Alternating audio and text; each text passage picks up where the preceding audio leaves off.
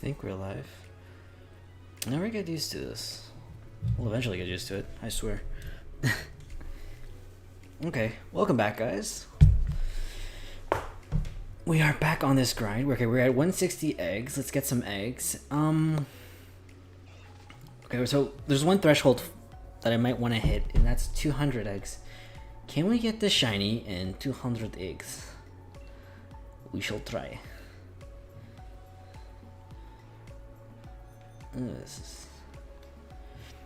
But yeah, we're gonna have a regular old stream of 2 hours. Should be fun. Some more antics.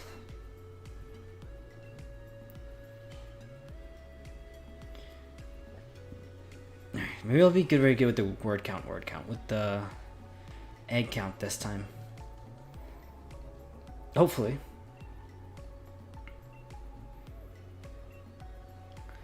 Hopefully we didn't give up the eggs. Or hopefully we didn't give up the shiny and those 4 eggs that we gave up. 3 on the first day, 1 on the second day. Rip me.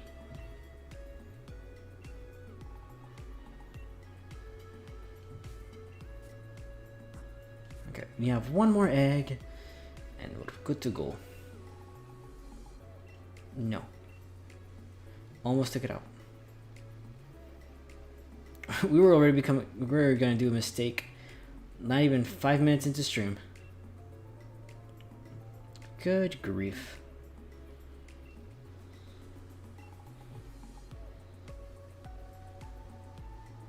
In circles we go. In circles we go. Round and round again.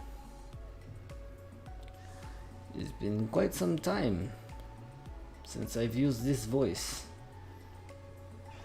Time to break in yet again. Ooh, fancy boy, stop it. We go round and round and round.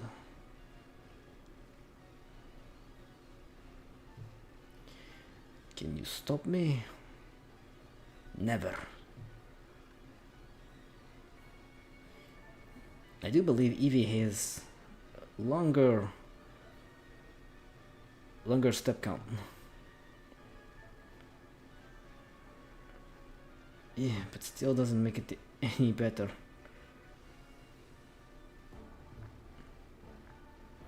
Do the less circles, every day, all day,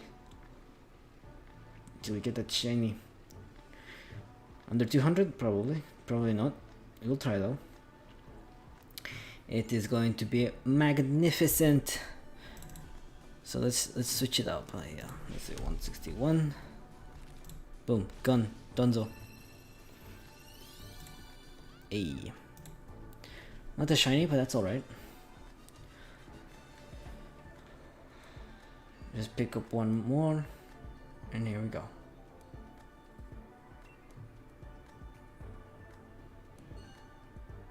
Add to your party. Eevee, okay. Hold up, I think I forgot to clean up the room. Yep.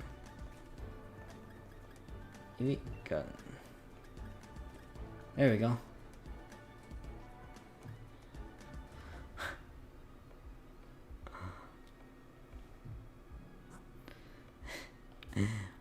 Uh-oh.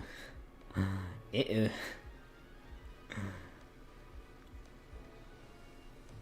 Okay, let's see. Oh, another egg. Check it. Oh, come on, puppies, don't bark. Oh, great. Great, everybody wants a piece of this.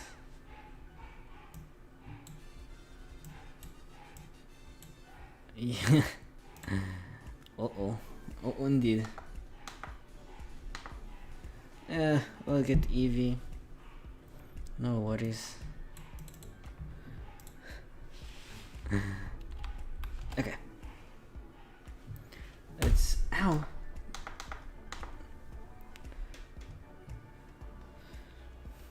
Come on, back up. Here we go. Do you need 1 more egg? We do need 1 more egg. Come on. There we go.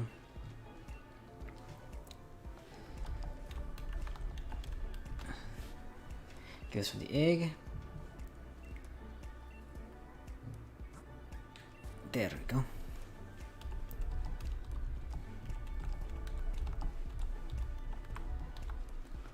Oop. Excuse me. Yes. I will raise it well. I will raise it well. Ah, another one.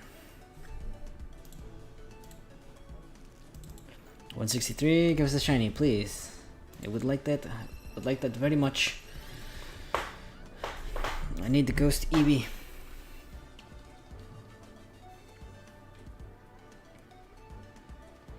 Okay, we're going pretty quick with these eggs. Shouldn't be much longer. Add to your... Actually, no, we're gonna get a Vaporeon out of this, but I still don't know if I want to make it a support Vaporeon, or if I want to make it an offensive Vaporeon. Or I could just make it a tanky one. See what that does. Oh gosh, another one. Is that 4 already? Done. I mean, done.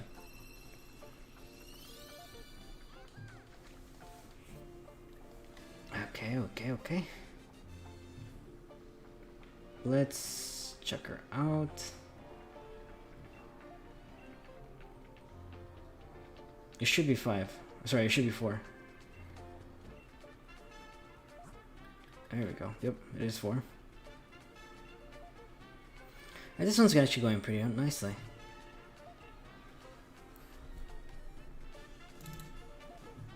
Not bad.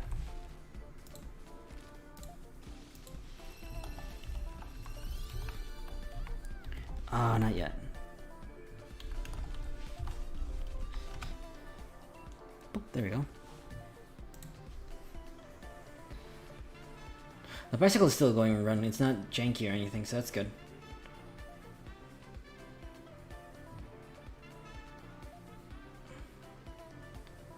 Oh, catch the sparkles. Oh my god, if I only could catch the sparkles. I had caught the sparkles. We need more sparkles. Sparkles are good.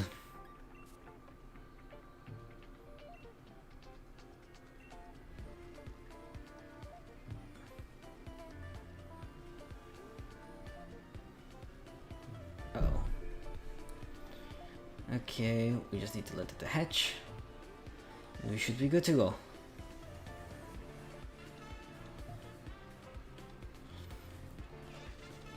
If we do it correctly, there's less lag of a time between eggs. Makes this much faster.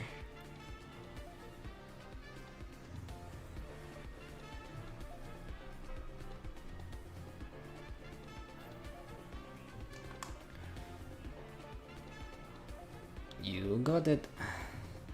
Come on. Yeah. Oh, come on, Eevee. Wait, is there even an Eevee I could swap? No. No, I'm stuck like this. I am stuck like this. Until an Eevee hitches. But of course the Eevee will hitch. It'll hitch when I'm like the furthest away, probably. Yeah. Thought so. That's what I get for being impatient.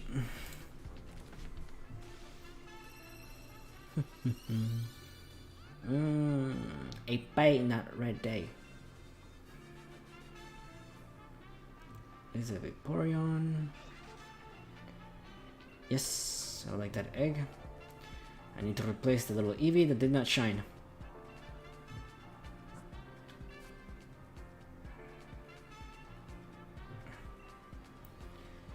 Yo. If I'm lucky enough, maybe another one will hatch almost immediately, and then we'll have another Eevee. As promised, I'm keeping up with the egg count. For now. Oh, little Eevee. So adorable. Oh, right, I need the egg.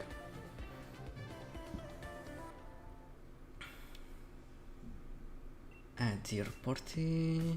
We need to get this Eevee. Oh, it's female too. Yo, yo, yo.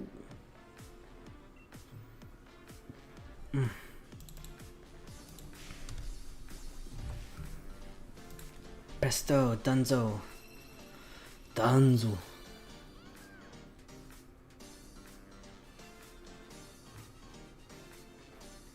Oh, I was already doing circles. That's quite a circle, they say. Where did you learn to make circles like that, they said. Oh my gosh. Back my geometry teacher in high school had the talent to make like perfect circles on the the dry erase board. It was not funny. It was essentially a perfect geometrical circle. You know, geometry teacher, of course, but I mean still. His way of doing it was like, I don't know, it's like he used his arm like the middle point as the center, as the radius. It's like the center point for the radius, and he just did it like you do with a compass, and just like oh my god. Everyone's like, how the hell does he do that? Like you try it the first time, but like no, it's definitely came from practice, but still.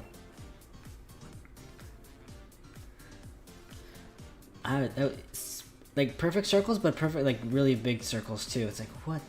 I'm pretty sure you wouldn't be able to do smaller ones, but it makes sense to make circles. They are kind of harder than like squares, rectangles, triangles, and stuff like that. Because just circles would always look like an oval for some reason. Mine did at least. But yeah, that technique is easy to learn and hard to master, I guess. Mastery. Boom, done. 170. Alright, we already have 10 eggs, not bad. Still not shiny though, but we have like, we're hatching almost like an egg per minute. If we can do that, I think we're pretty good. An egg per minute.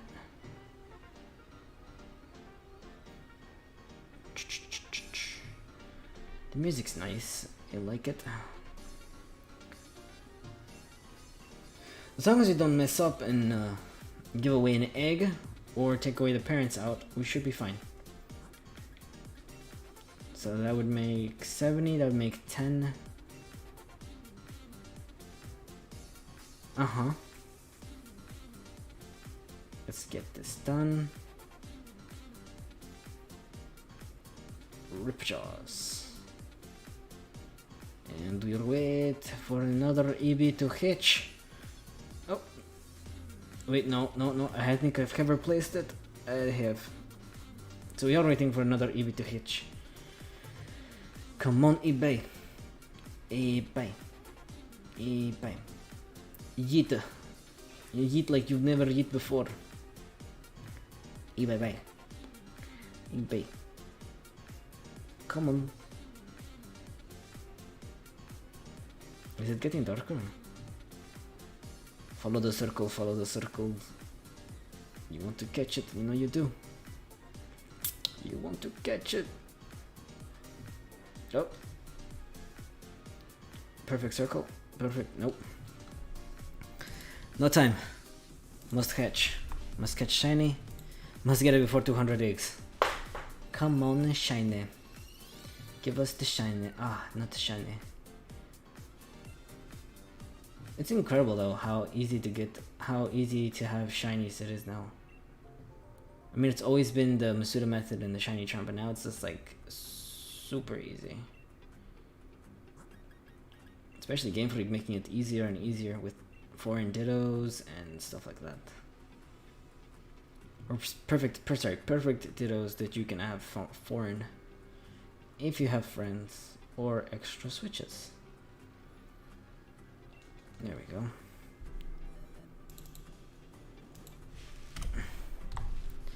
Or technically, you only need one switch. You just need two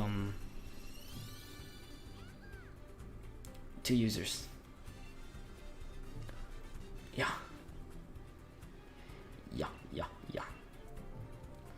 Nursery. Bucky. Alright, Eevee.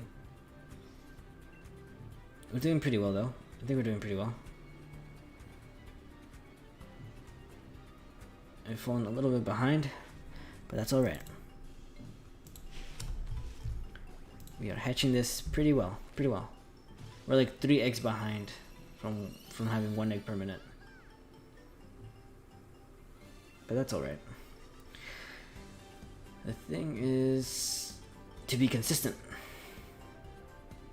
You know, just to have this go a little bit faster, I probably want to stream maybe during the week. Or at least shiny streams should be like maybe during the week. If I have time. Oh, come on. Perfect circle. Perfect circle. Catch the thing. Oh, don't go down there. Oh my gosh, need to dodge. Pedestrian. Pedestrian. Stop it. Sup, 97? Fancy seeing you here. How's it going? Oh, not the shiny. No problem. We almost ran over Mincino, so not all bad. Enter AT party. The ceiling is up. Why am I not surprised?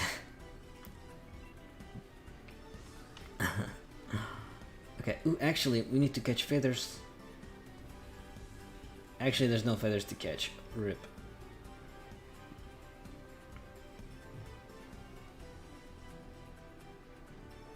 Oh, there we go. There's a hitch. Another 175. So yeah, we're about 3 eggs behind from a 1-to-1 ratio of eggs to minute. Well, actually, maybe I think we're probably ahead if we don't count the time it took to get the 5 eggs. My sisters lost their phone stand, so I made up one out of Lego. Oh, resourceful. Resourceful. Oh, Pikachu, how's it going?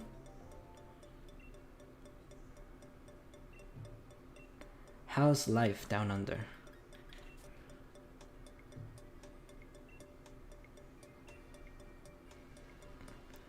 Am I okay? I may sound okay. Oh wait, hold up. Don't read it. It's going all right. What about it? Do you care to share? Yeah, it's pretty much a chill stream here right now. So, come on, come on. Wait. Do I have an Eevee? No, I replaced it. Wait, did I even do the count? Hold up. Most of the restrictions here in Tasmania have been lifted. Oh, that's nice. I guess it's a bit liberating over there, a bit more. Restrictions here have gotten tighter because of the spikes. Those damn spikes. Come on, come on. Oh, did not make a perfect circle. Hold up, perfect circle, perfect circle. We must perfect circle. There we go. Okay, my egg count might be a little bit off by 1, don't care. Or technically we can fix it right now, depending on where this Eevee hitched.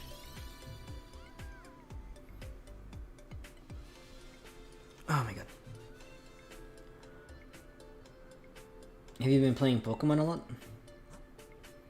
Okay, so yeah, I was right, 76. Tasmania is an island, so we have a lot better chance to contain the virus. Yeah, I think islands are doing better in trying to contain it, since there's less exposure to the mainland and less international travel.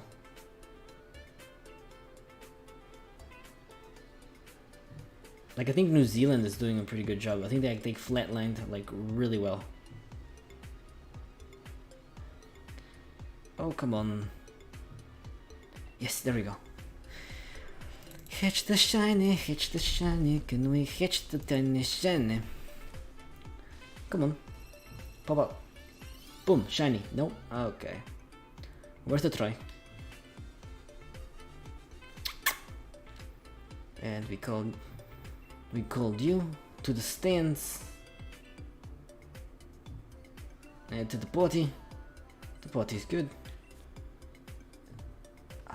There we go. It also seems to be weak to cold climate, which is good. There's actually not too many cases over in Russia. That's weird. Wouldn't the cold preserve it more? The virus? I feel like I feel like there's a little bit of conspiracy. Just saying, just throwing that out there. Shiny? No. Just, oh, dogs agree. It's really cold here right now. It's burning over here. Add to your party. How close are you to the southern hemisphere, or the South Pole? Or how far away are you from the equator?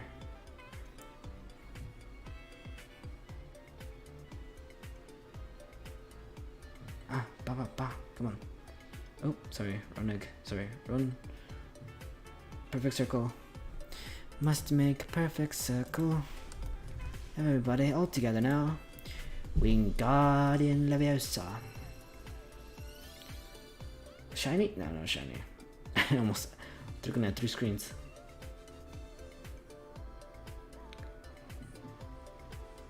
Oh, there we go. Since it hashed, we take another one. We reserve the space. So far we've got 19 and 21. That's not bad. Add to your party. Eevee. Eevee. Gosh, this Eevee's. I wonder what this Eevee's gonna be. Tasmania is one of the last and closest landmasses before Antarctica, I think. Yeah, then it'll probably be really cold over there. Usually, whenever it's summer here, it's winter in the southern hemisphere. Like, if it's opposite. Seasons are opposite in the north and south hemispheres, but they're only apparent in like the really like really near the poles. So yeah, if it's cold over there, it's probably why. Not that it's actually winter, it's just cold.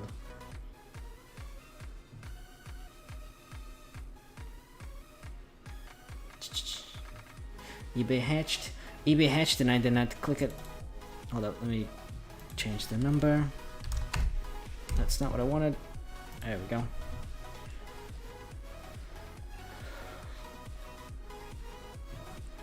We should all move to Antarctica then. There's no virus over there. Just make a colony in Antarctica. I think you can do that. The cold never bothered me anyway.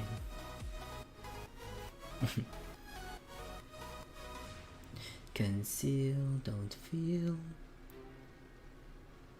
Oh, this song, I like this song. Boing. Come on. Boing. Ah, there we go. Okay, maybe it's not a boing technically, but you know, it's pretty close. It's pretty close to a boing. Oh, come on, hatch already. Like, 2 of them hatched back to back. I'm pretty sure one of them should be ready to hatch already. Circles? There we go. Circles. Circles. Sea turtles, mate. Sea turtles. Shiny? Oh, not even. I am just waiting for that shiny, like, at any second. At any moment, the Chinese is gonna pop up, be like, hey! Oh no! You're evolving me. Why? Why would you evolve me? Add to your potty? Of course, add to my potty. Take that Eevee out. Don't expect it, then it'll come sooner. Oh, you're probably right. The good old fake out maneuver. Dwomp, dwomp, dwomp. Speaking of fake out, I don't see many Rillaboom with fake out anymore. Honestly. Like, I haven't seen a single Rillaboom in ranked singles, at least, that doesn't have fake out. Maybe doubles, but I've not seen it in singles. Maybe because they don't need it. I don't even see Grassy Slido that much. I always kill them before, I always knock them out before they can do anything. With MVP Roserade! They cannot withstand it. Enter your party. And you can't use the Grassy Slide on me because it's super ineffective. So, ha! They can't do anything. Why fake out in the singles? To break Sash. You kind of want to break Sash. Like Rabombi. There you go. Or, uh-oh, that's not what I wanted. Oh, it did. Okay. Like Rabombi or like Dragonair. Not Dragonair. Oh. I am forgetting the name. Maybe like Excadrill. Excadrill could be very good. Like if singles. That's why multi-hit moves exist. Yeah, but when you need priority, what if you're not faster enough? You know. I know dual wing beat hold, but if you're not faster than them, and you don't get one shot, you have a better chance of surviving it.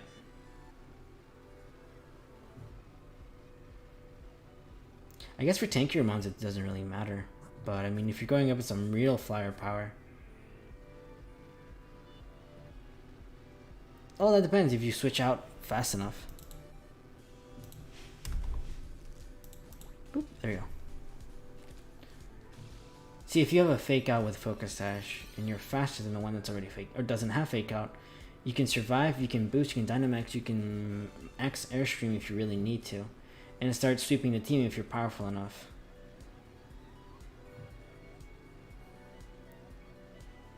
Ooh, hold up.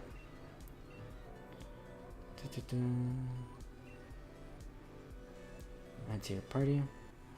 Besides, of course, it's kind of harder now with Dynamax.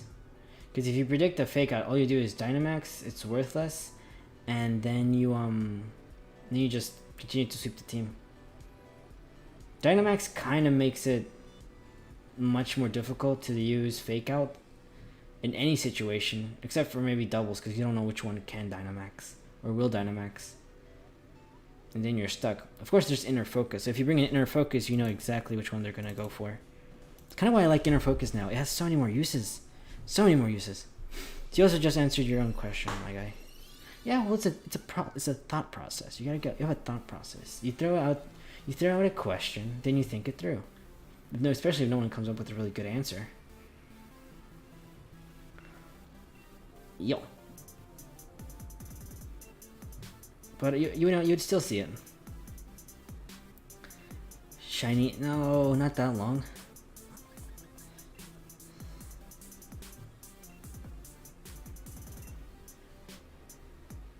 What's up, by the way? 420 then. I can take that. I can take 420. I can take that. As long as it gets here quicker, I don't care. We gave away 4 shinies, or sorry, 4 eggs. And I am hoping that the shiny was not in one of those. It would just be detrimental. I'm not expecting it either. Do you breathe air? I breathe fire, unfortunately. Nice and toasty. Come on. I am a dragon type. Lies, I'm an electric type. Although I really like Zekrom. Dragon electric. Dracozolt can just piss off. Pikachu breathes lightning. Well, his cheek pouches are pretty close to its mouth, so maybe there's an argument for that. There's an argument there. That's good. Only losers breathe air. Personally, I breathe Sprite. Hmm.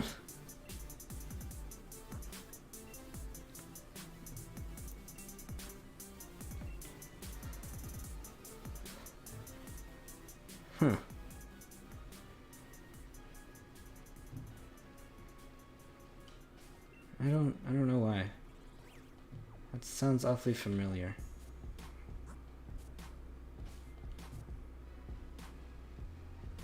Come on. Why am I pissed off? I don't know why I was pissed off. I want one to hatch. Come on. Hatch, give me the shiny. No, actually no, I'm not expecting you. Don't be shiny. Alright, thank you. That's how we do it. The old reverse psychology. There we go. That's how we do it. Come on. Give us an egg, madam. We need it to increase our numbers and odds. Ooh, I don't think. No, I think I did hit that right. I did hit that right. Okay, good. I think. Okay, so the egg count is still good. Still pretty good. Not bad. Still pretty good. We just need a circle, circle, circle, circle. Fortune equals good weed. JK, don't do drugs. Well, thank you for clarifying that.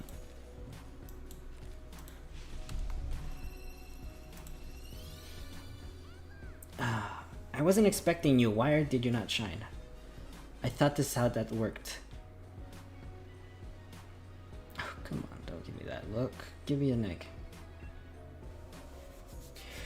I must have it to increase our odds. I'm gonna go do the drugs then. No, he just said don't do drugs. I think that's what his message was. His message was unclear, actually. We here do not condone drug usage. Let that be clear.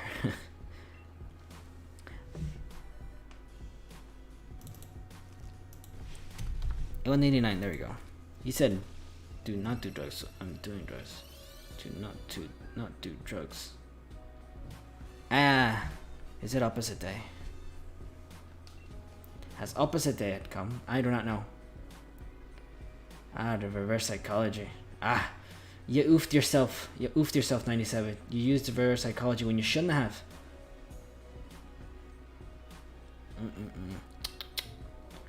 Quite disappointed in you. Quite disappointed in you indeed. Yeah, get Eevee out of here. Not. Oh, there we go. Oh, sorry. Get that little egg out of here. Okay, no, did it hatch? Luxury sucks. The best Pokemon is Wormadam Sandy. Oh, definitely. Actually, Wormadam Trash is actually the best Pokemon. You should really use it. Oh, it's OP. Unbelievable. That's probably why it's not in Sword and Shield, actually. Would have just destroyed the meta.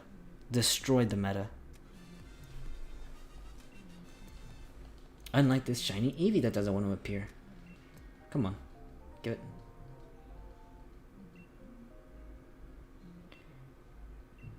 I know you have the shiny. You just don't want to give it to me. Because you're stingy. And you want to alter yourself. I know your type. Da. Ba. Dra pa pa. Come on. Oh, why am I not doing circles like? I like Basculin, Aromatisse, Vanillux, Scarborder, and Quillfish. Like a team, or most of them are water? Probably not like a team. Actually, no. 2 of them are water. One of them is poison. The other one's ice. The other one's fairy. Is Vanillux the 3rd evolution? Best Pokemon ever. Quillfish? Wait, Quillfish? I like Quillfish. Quillfish is underrated, actually, sometimes. It has Intimidate. Oh, all of them? Actually, Intimidate on Quillfish is... Even though it has Intimidate, it doesn't get that much usage. Because it doesn't have the stats to back it up. But I feel like it'd be like a surprise tactic. Or surprise mechanic to bring on... Oh, Eevee, you... Cute, adorable fox thing that doesn't want to shine. But, yeah, I would want to use Quillfish. I've used Vanillux, I think, before. I think it's pretty good, actually. Basculin, I can take it or leave it. Aromatisse is definitely really, really good. I hate going up against it. And Garbodor is actually underrated too. It gets a bad name just because of its appearance, I think, mostly, or its design. Its design is oof. You know, Dragapult isn't that bad design-wise. I really like it design-wise. It's just ugh. It's overused.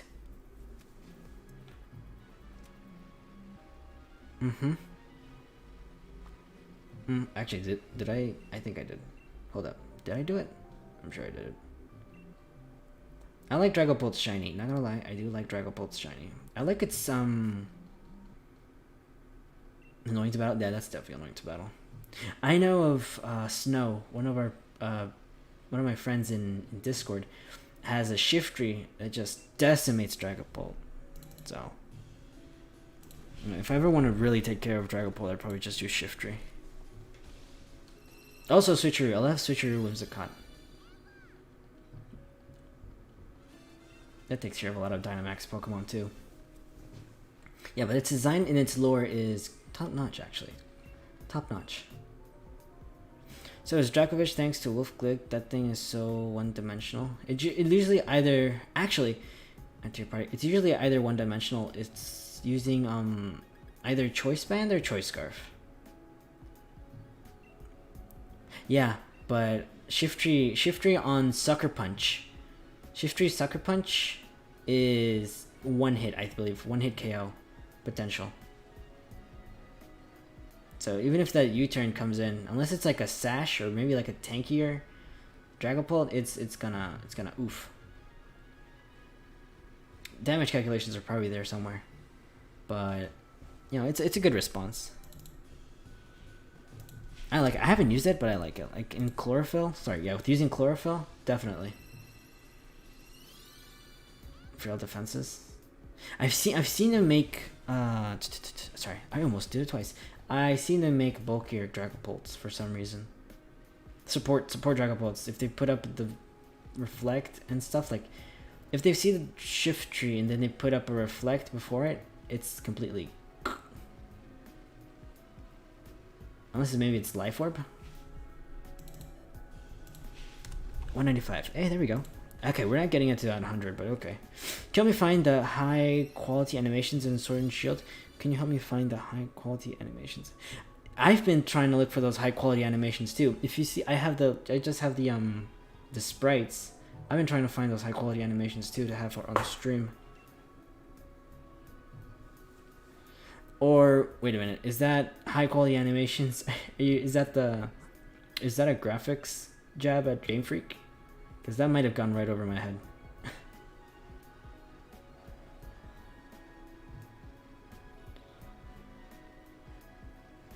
There's two ways I could have taken that question. Okay, back-to-back Eevees, not bad.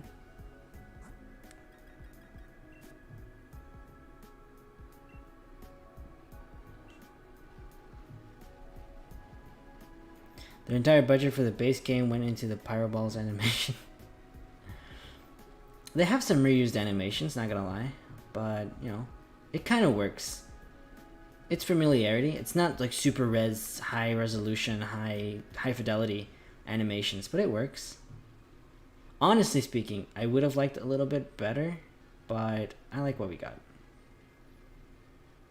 Graphics isn't everything, as long as the gameplay is good. I like the gameplay. Sword and Shield are like top Pokemons. Is Grammy still a puppet bird? Yeah, it's still hanging from there. What is this song? Oh, it better not give me nostalgia feelings. 196. Alright, let's see if the egg count is good. I have seen Skarmory being used. I wonder if Skarm Bliss is ever going to come back. Since we have Corviknight now. Corviknight is tankier. There has been a bunch of videos where people predicted that Switch graphics being exactly like this, yet people still complain. I guess people are just not, they're not pleased with what they got. But then again, you have a hybrid console. It's not like you're playing with a PS4 or something like that to have super high fidelity graphics and stuff. And if you've seen that rumors from 2K, they're like their games are going to be like $70 instead of the regular 60. So I don't know if that's the norm. I maybe don't want high resolution graphics anymore. Pokemon doesn't really need it, but I mean they could definitely use a refresher, but they don't absolutely need it. I'm okay with how it is. Some of their what do I want to say? The word escapes me, but it's not patches. Texture packs or textures are kind of ugh. to be honest, in this game. It does feel empty. It does feel a little empty for what it is. I mean, it's bigger. The region is much bigger, of course, than any region we've ever had. But it feels more empty. It feels way more empty. They said the national dex was cut for better graphics, higher quality animations, and to balance the game. Those are all lies. I think the balance of the game is pretty good, except there's always going to be the broken Pokemon that people exploit. Definitely. So you can't really balance the game, but I think Dynamax really balances the game, honestly. Better graphics? Well, we have gotten better graphics from what we had before. Then again, it's not too much to brag about. And higher quality animations. Higher quality animations? That's a...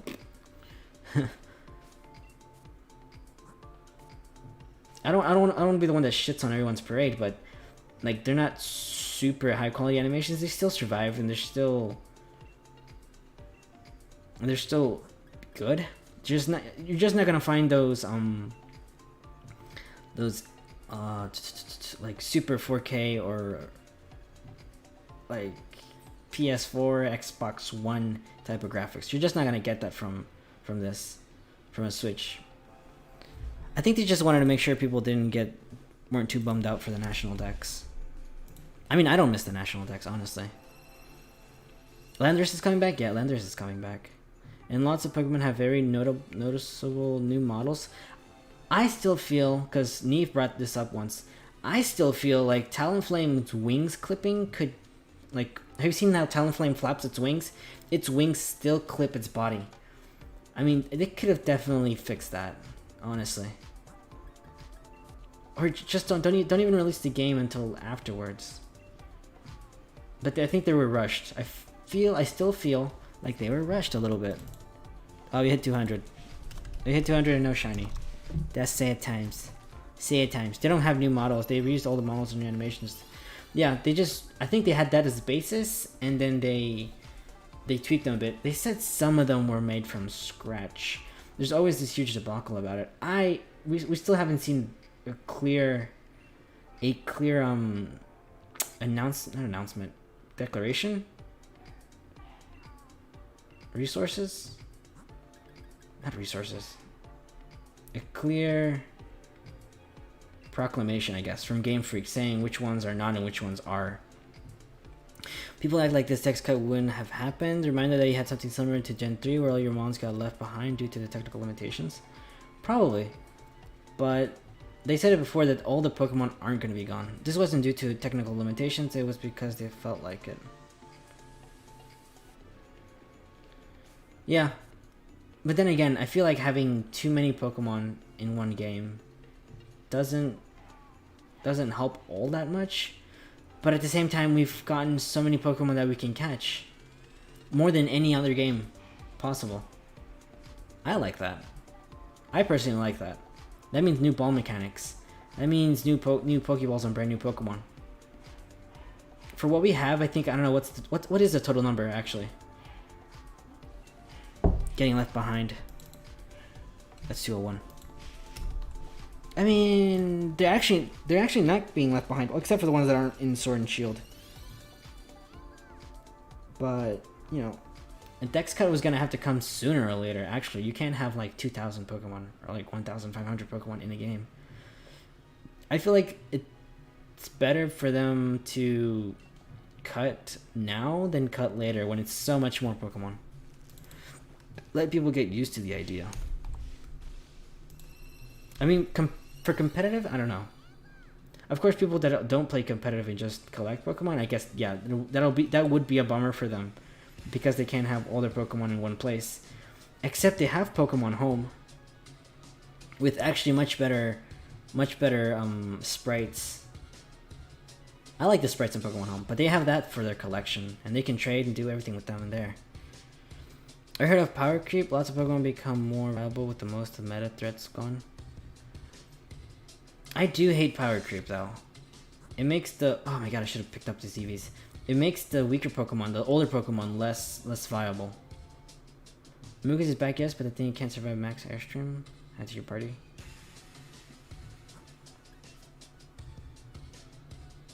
$892. Eventually they'll be gone. Oh wait, so is 892? Wait, is that like the ones that are coming back, or is that the total Pokemon that exists right now? Sorry, chat is going a little weird.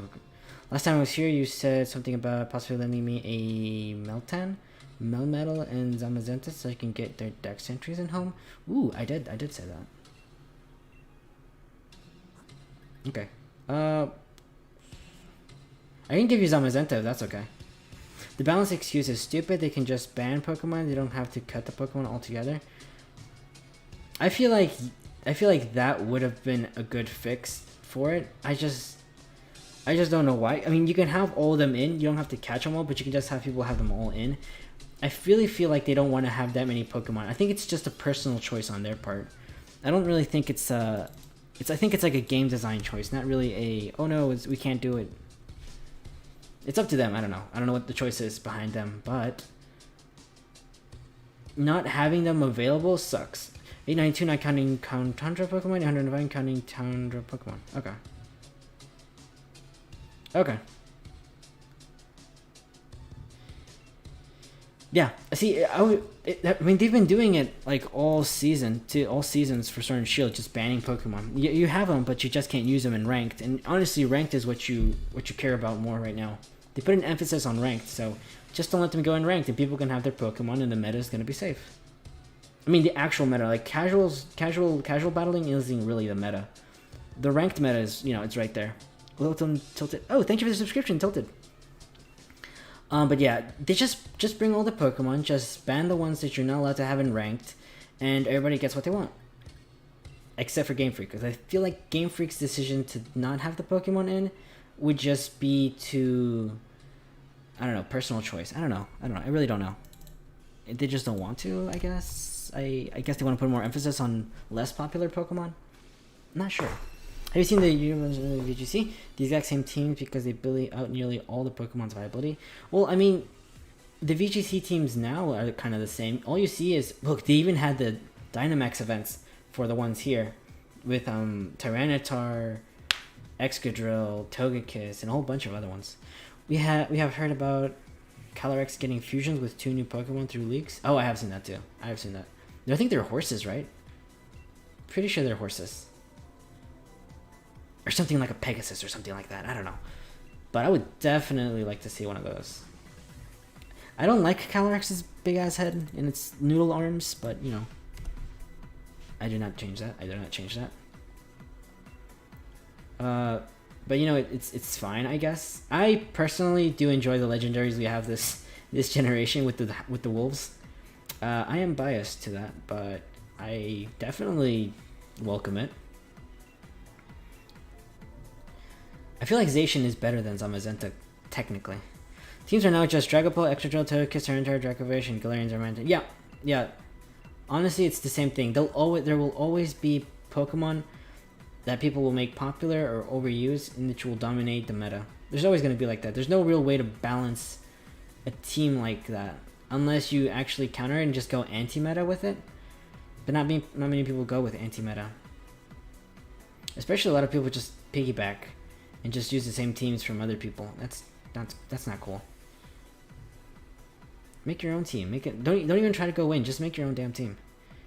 Excadrill has been overused since 2010. Yep, Excadrill has been a main staple, using those terms loosely, but a main staple in like VGC in competitive Pokemon since its debut.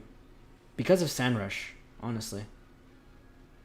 Come on, hatch, so I don't have to, so I can change this 20 into something else. No, come on. Most people do piggyback and pick rental teams. Yep, I've seen that. Oh, but they suck too. Like I've gone against people that have good rental teams, but it's not their teams, so they don't know how to use it. And I'm like, come on. I've been using all sorts of new Pokemon that have become more viable. I've been trying to use Pokemon that I don't use usually. I think it was 206. We're gonna do a head count afterwards. But I just try to use Pokemon that I haven't used before, or I try to make gimmick Pokemons, or special teams Pokemons that have like an umbrella theme over it, like a certain color of Pokemon and stuff like that. But yeah, just go with those teams, and those teams actually do pretty well against the meta. Except when you start bringing like the new recently Pokemon Urshifu. Urshifu is just really good. Urshifu is really good. I use a combination of rental teams and my own teams. I feel like rental teams, in one part, are good to get an idea of what you want to do. But like, overusing them too much is like... I just don't look at rental teams at all, just cause. Also because most of the rental teams, that if you don't get them from reliable sources, are just hacked. Or just hacked Pokemon. I have a defensive support, Lopunny, that can take hits really well from the Dragons and Dynamax. No need for Pex and Ferrothorn. See, that looks cool. Wait, was Neve being... Oh shit. Was Neve being like super negative about it though? I remember in chat she was like, no, you don't want that, you want this, blah blah blah blah blah.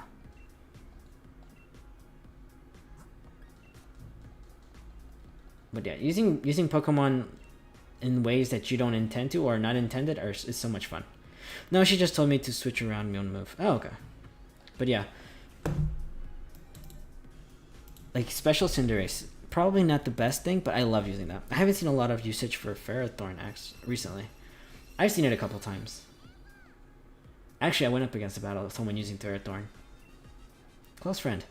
But, yeah, Ferrothorn is still very tanky. It's still very, very good. If you know how to use Ferrothorn and you out-predict the predictions from your opponents, it's pretty killer. I've never used Ferrothorn though. I thought getting its hidden ability would be good. Yeah, right. Anticipation does nothing. You know if it has a fire move. You know. I've seen a few, but the Hitran coming back. Ooh, it may see some usage with how much their switches synergize. Oh, there you go. What's your favorite generation of Pokemon? Favorite generation of Pokemon?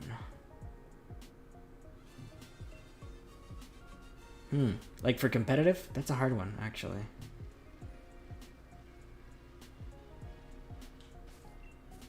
Let's see, competitively, which Pokemon are mine come from?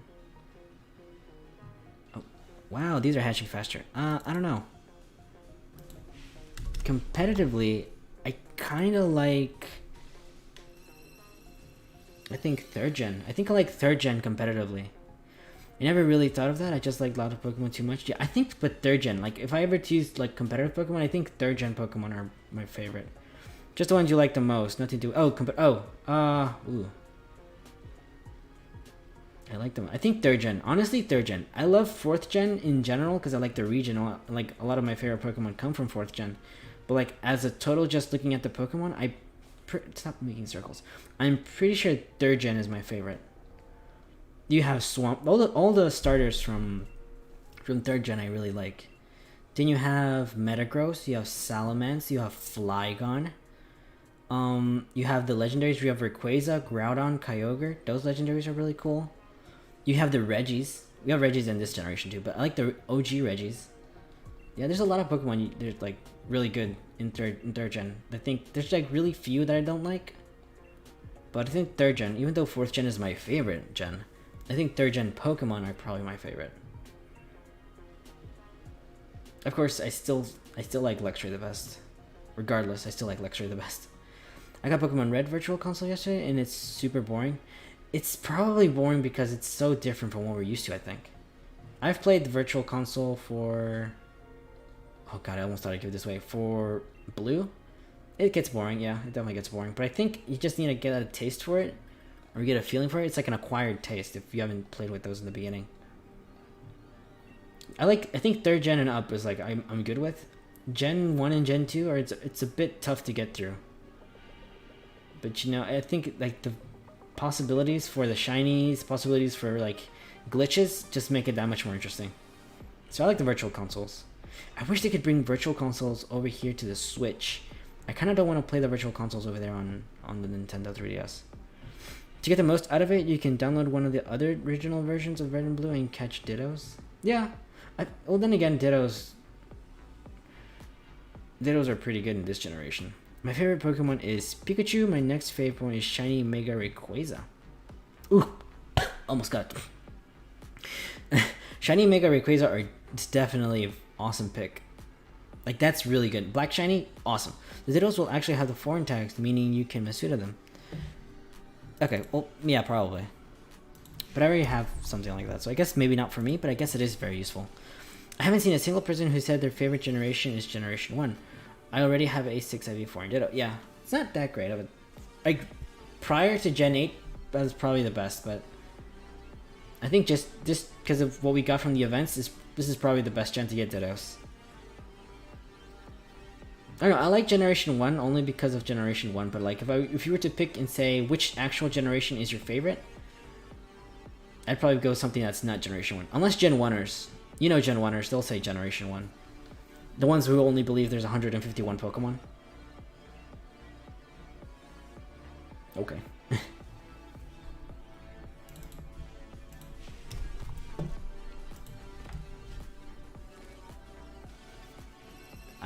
But I like, things just got better after Gen 1.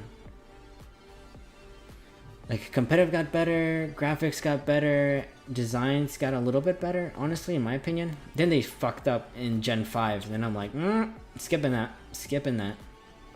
But other than that, you know.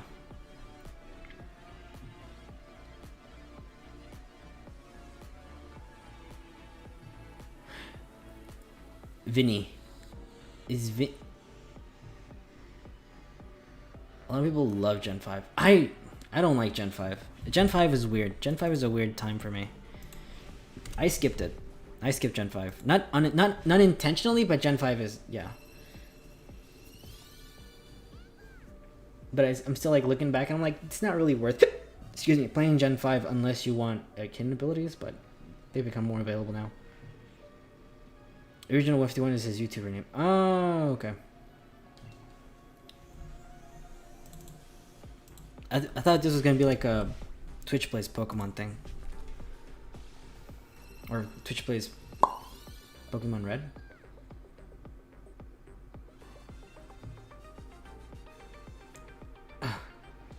These Eevees are hatching faster than I can probably count. Add to party, yeah. Add to party, yeah, 3 Eevees on already. 3 Eevees already ready to hatch.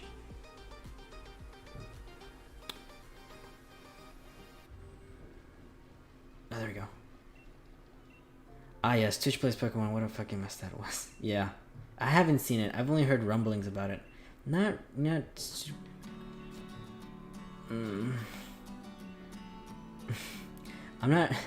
not super keen on watching like Pokemon playthroughs, like those kind of Pokemon playthroughs, just because it's like actually watching them is just such a mess. But I like watching playthroughs of people playing Pokemon, but only after I've played them, because I don't want to get spoiled. I hate how the recent Pokemon games are so easy. Well, the thing about Pokemon is that once you get Pokemon, everything's going to be easy. Because you know typings, you know stats. If you look the leaks, you get like Pokemon stats, you know which ones are easier. You know that if you just grind enough, you just get through them. I heard they got a Guinness World Record. Oh shit. Probably. They're very, very good at that.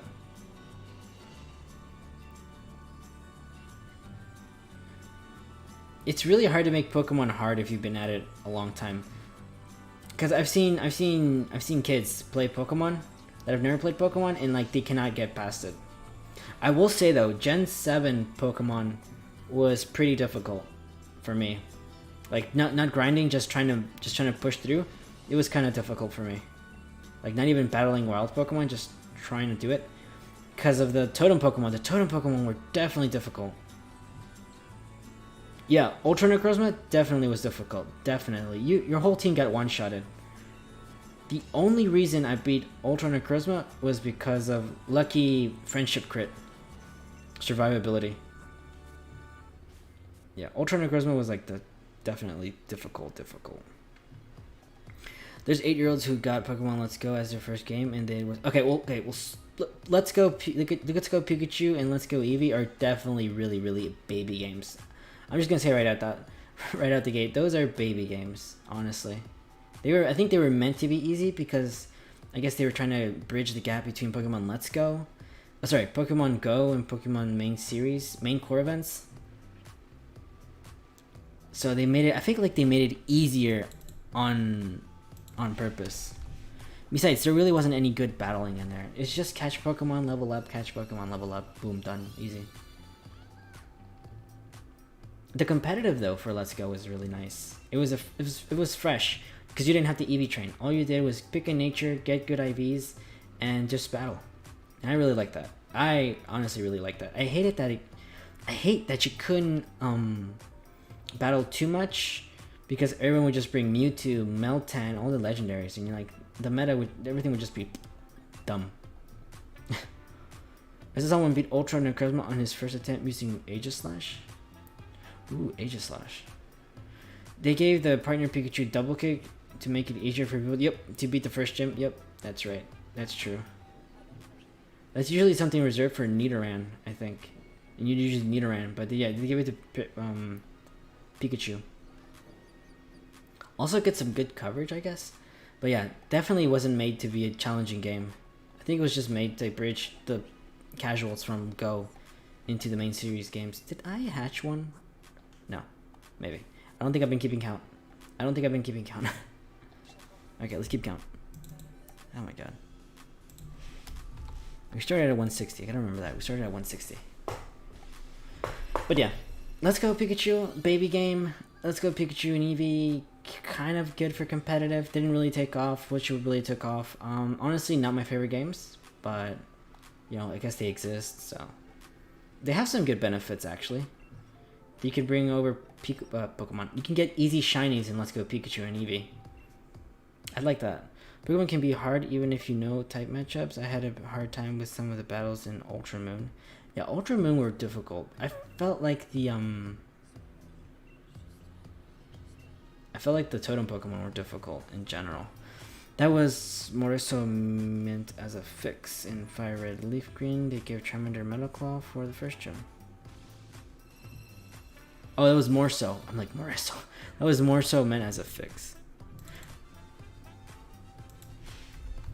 There we go. Yeah. Well, more than a fix, I feel like there was just to make it easier for the person who picked Pikachu to get through the first gym. Of course, but you know, it still made it easier, so it's not like super challenging. I remember before you'd have to go and get a Nidoran to beat the first one if you got someone like Charmander. Enter your box. Yeah, because Squirtle and Bulbasaur? Almost said Ivysaur. Or Venusaur. But, yeah, they were super easy to beat Brock. So naturally, you have to give something to the fire type. Pokemon Sword was my first main series Pokemon game, and it was super easy. Oh, Pokemon Sword was? Whoa. Oh, so you haven't played the other ones. Ah, you're missing out. The old ones, yeah, the old ones are definitely harder. I didn't have trouble with Let's Go Pikachu. Or sorry, Let's Go Pikachu. Sword and Shield.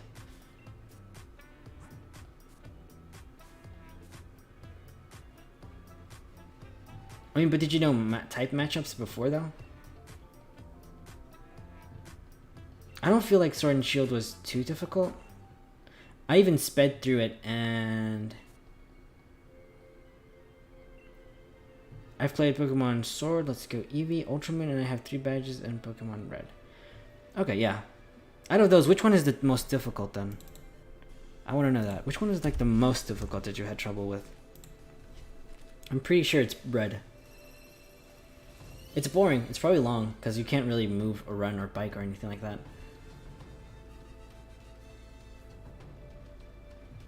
It's probably the most difficult for Red Virtual Console.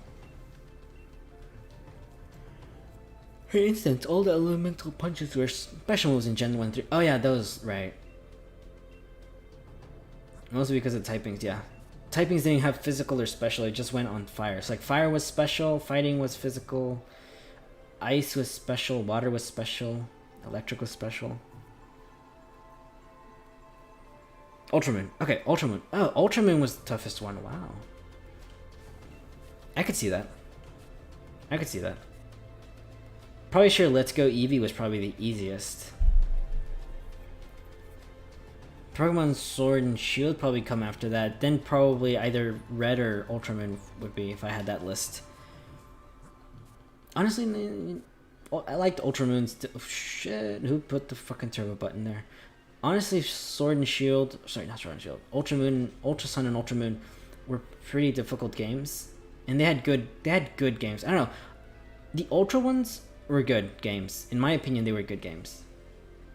Competitively, but they were good games, like story-wise. It was different, you know, from island to island and island trials, from the different 4 gym badges or 8 gyms. But I like a lot of people like hated that. It wasn't too bad. We still got the Elite 4, which was cool. But the Ultra Moons, Ultra Suns, and Ultra Moons were good games. Difficult wise, they were pretty good. I wish we had. The one thing I want them to bring back. The original Sun and Moon had a shitty story. Ultra Sun fixed that. Yep. That Pokemon Red is super easy. I've beat 1 or 2 shot everything. Oh, is it? Oh, okay. I'd feel like it'd be a little more difficult, just because you need to grind a lot. But the one thing I want them to bring back, and I think this is for everyone, I think would want this, is bring back good rivals. Like the rival that picks the Pokemon that's super effective against you, instead of the one that's super weak to you. You know what I mean? Bring back those rivals. No, don't bring back like Hop or Howl. Although Hop in itself is a good character. Yeah, Hop is basically Galarian Howl. Yeah, bring back the good rivals. Bring back really good rivals. I want that back. I want Barry back. I want Blue or Gary or whatever. I think it's Blue. Blue back.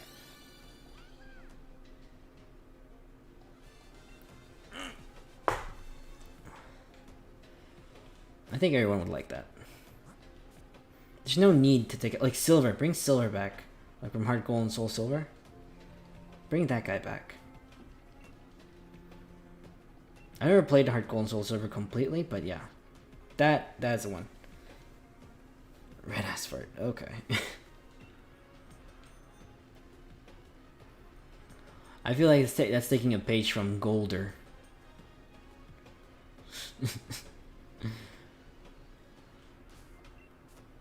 Hop is fine as a character, just that he picked the Mon that was weak to you. Yeah, they do that. I think they're gonna keep doing that.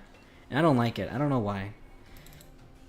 Trying to kitty it up, but I mean, sink or swim, right? It's much more fun if you have with a like a not so friendly rival. You don't have to make everything about Pokemon friendly.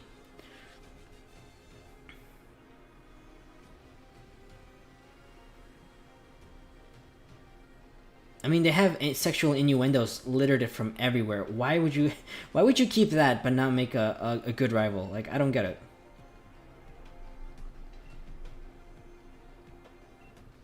I literally don't get it. Out. Oh, we're hatching. We're gonna really have to do a good head count here, because I think I might have lost track of how many eggs we've hatched. And still that Eevee does not want to shine. I'm like really tempted to make it a Gmax Eevee, but at the same time I can't. Alright, we just hatched one, right? Oh, we hatched the second one. Good for me. But Sword and Shield story-wise, I like it. There isn't really an evil organization like you normally have. And it's mostly like trying to save the world from probably a evil person that wants to take over. It kind of felt like Team Flare or Lysander, but it was just Lysander. You know, a good guy who looks good and has good intentions, but it's kind of evil in his own sinister way. I hate the route and city design in Sword and Shield. Oh, you hate the city designs? I kind of like the city designs.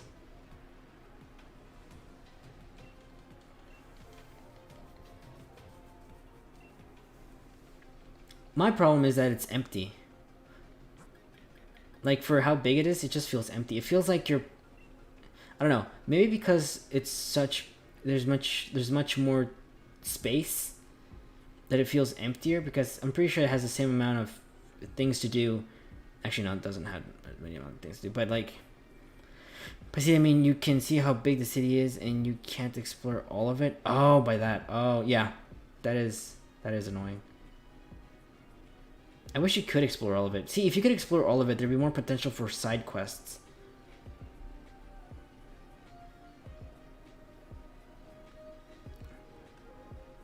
Like, the cities are pretty good, but you can't like go through everything. And there's like things that you know that they could just litter NPCs in there for having more side quests to do. Or someone hatch. Or not even that, but just like finding items or seeing how big the actual city is and getting lost behind a building. Stuff like from Gen 4. I mean, I know it's not like Alola, which is flat, which is good. I mean, they have like some depth to them, like some height. But still, I would have liked them to be a little bit more fuller. Like, I guess you can call the trees being full a little bit. Let's go to the city, or not the city. This town, I guess, is different. Like, it looks like big and expansive, but you can't go past this. See, you can't really go past this. Oh, I guess you could actually, but that's about it. Like, you can't really do much here. And there you get circled off. Like, why can't we access here? Or why can't we go to the waterway? Like Gen 4 had Fuego Ironworks. That was cool. I didn't even know Fuego Ironworks was back there until you had Surf. That was cool. It was like a whole new building too, from like Diamond and Pearl and Platinum. See, we need stuff like that back, but I feel like they don't want to put in the effort, or maybe they can't, or maybe I don't know. It'll cost too much. Maybe they feel like it's not necessary because, you know, story-wise isn't all that important. But why would you put a story then if you don't really care about the story, or, you know, world building? Basically, it's world building. If you don't world build, you know, what's the point? Sure, there's like this space for like an item, but that's unnecessary. Like, make us go around the whole building, like in Lumio City. We can go around the whole city. Make us go around the whole gym. That's dumb. Pokemon games used to be, if you can see it, you can go there. Now it's like you can see it only if you want. You can only go there if you want to. Exactly. Of course, I'm for more openness, but I don't think a open world Pokemon game is like the best either. Like well, I don't know. I haven't seen an open world Okay, I guess the wild area technically is open world, but that would just be running into too many Pokemons, too many times. I've been in the wild area, and like running into Pokemon is so freaking annoying. It gets on my nerves. Just every time running into a Pokemon, you just want to go somewhere. Do they make a path? But if they make a path, will people like make a problem that, oh no, it's too handholdy? You know, there's no real adventuring here. You just have a stoned path that you follow. You know, I don't know. There has to be like some kind of game balance, because if you try to please everybody, you're gonna please nobody. I think most of this will improve upon the Gen 4 remakes if they do come soon. It was just like an above okay start. I think they're trying to get used to it, maybe. Oh wait, don't double damage that. Don't double change it. I guess. You know, like they're trying to get their feet wet and trying to see how it all works. I don't know. Is Game Freak not used to having it on the Switch, I guess? They did say they were going to practice getting on the Switch, but they did Pokemon Let's Go Pikachu and Eevee for the Switch to get their knowledge and get their bearings. Sword and Shield isn't terrible, but I'm pretty sure it isn't what everyone expected it would be. Honestly speaking. I mean, if you're honest with yourself, you probably think that these games aren't really what you thought they would be. I was expecting a lot of stuff too. I mean, yes, it's pretty good in some places, but kind of lacking in others.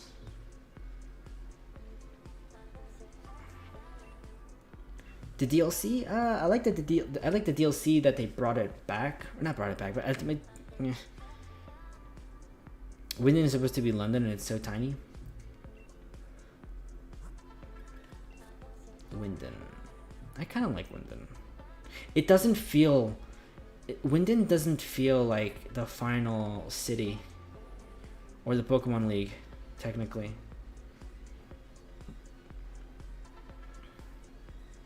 But yeah, Winden is small. They had their more experienced team members work on the Sword and Shield, but according to Toby Fox, he still felt their passion. Okay. DLC isn't worth it if you aren't not a shiny hunter or competitive player. Yeah, it's I'm pretty sure it's not. For $30 for basically half a game, do you really want to get more Pokemon like that?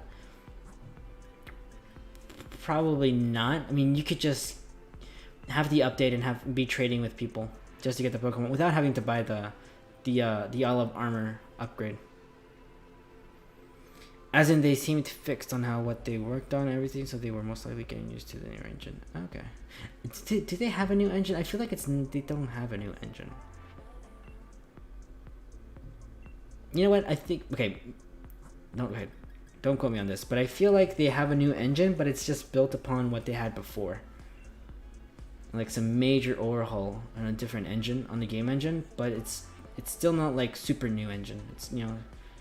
You kind of feel like it's somewhere still there. Like the moving grass blades, I guess, are neat and cool, but it's not every grass blade. And like you can see the grass blades cut into each other and stuff like that.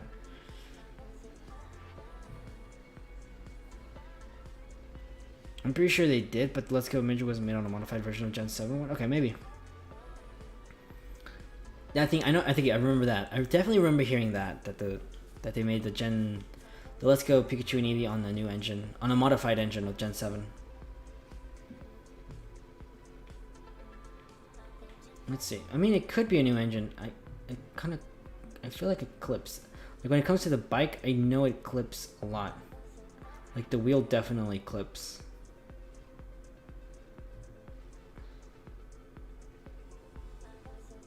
There's a lot of things in it. Oh, no. Yes. Get the egg. The Wild Area was probably a last second addition. It looks like a PS2 game. I like the Wild Area. The Wild Area. Damn it, I'm gonna have to give up this freaking egg. I like the Wild Area. The Wild Area wasn't too bad. It doesn't look bad, honestly. It is their attempt to make an open world type of Pokemon game, but I don't think it looks too bad. It's certainly bigger than most people wanted it, but just not what anyone expected. Yeah, when it came to open world, not really.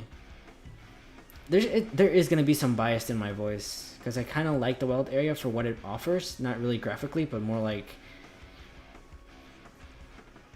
competitively. The Wild Area is a cool concept, but it was horribly executed. The Isle of Armor is what the Wild Area should have been. I can agree with that. I can definitely agree with that.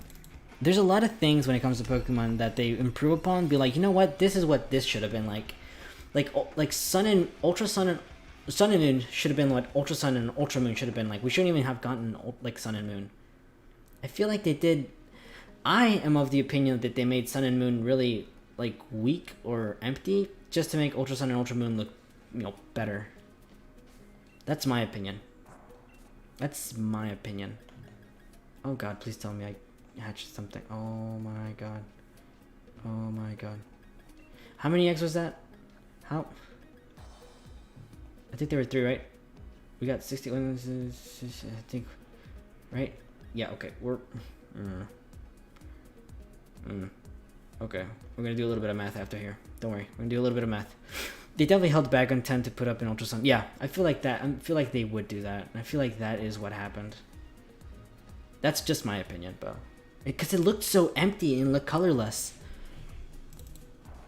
And I know they've been working on it for a long time too, so it just looked empty, colorless. The story was shit. Sorry. The story was bad. But Ultra Sun and Ultra Moon are just better games in general. Like if you never got Sun and Moon, cool. Just get Ultra Sun and Ultra Moon if you want to play those Gen 7 games. Just don't get Sun and Moon. They're not worth it anymore. Yeah, they had that little concept of it's like it's building, but it's like, I don't know. Did they say it was like some alternate universe type of thing? Like Sun and Moon is different from Ultra Sun and Ultra Moon in the timeline?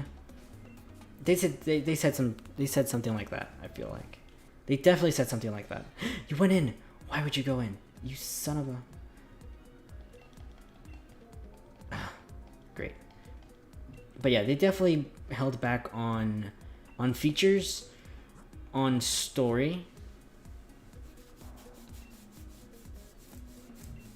and like and everything. I don't know. I think they tried to execute something. I don't know. And how quickly they come up. I don't know. I just feel like, I honestly feel like Sun and Moon was limited just to make Ultra Sun and Ultra Moon more palatable.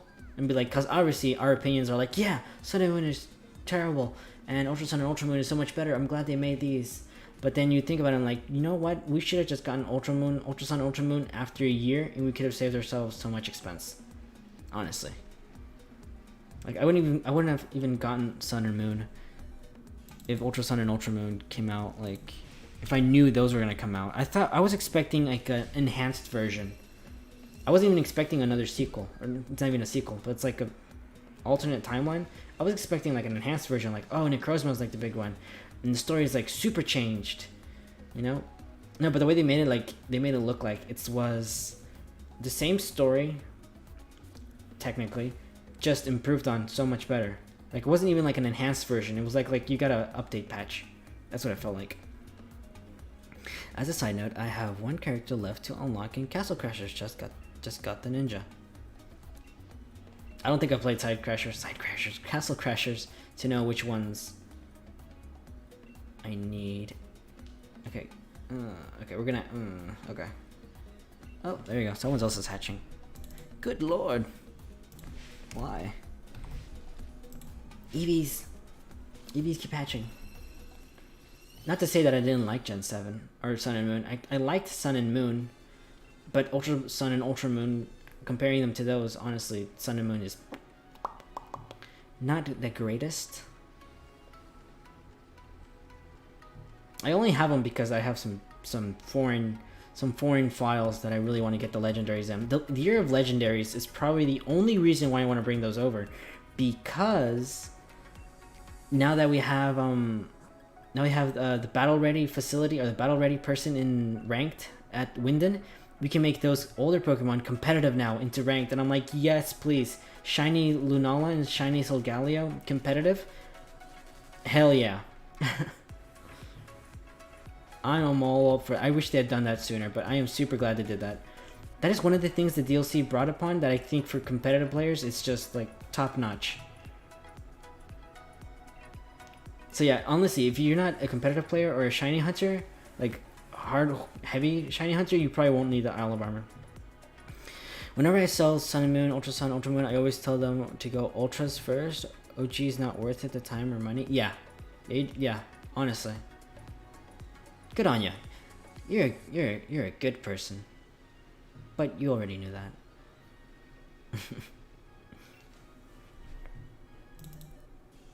It's how it be. 136. Not 136, 236. Oh my god, and this Eevee does not want to shine. Don't have to tell me twice. Well, I'll tell you twice and 3 times. Mm-hmm.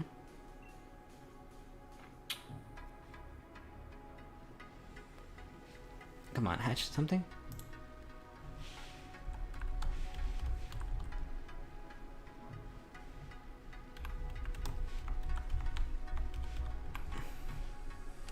Oh, circles are not my forte. Oh, come on. I'm pretty sure... Ah, there we go. Black and White sucked, but the second games were actually booties. Oh, better. Did I read booties? Yeah, I hear that the Black and White 2s...